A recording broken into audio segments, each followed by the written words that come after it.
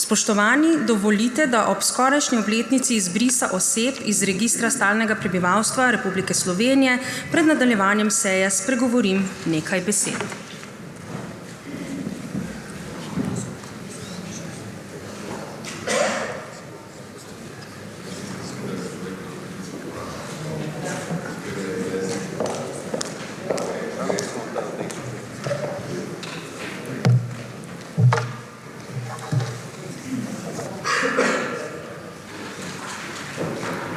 Z velikim razočaranjem ugotavljam, da je Poslanska skupina SDS ob tej tako pomembni obletnici zapustila dvorano Državnega zbora.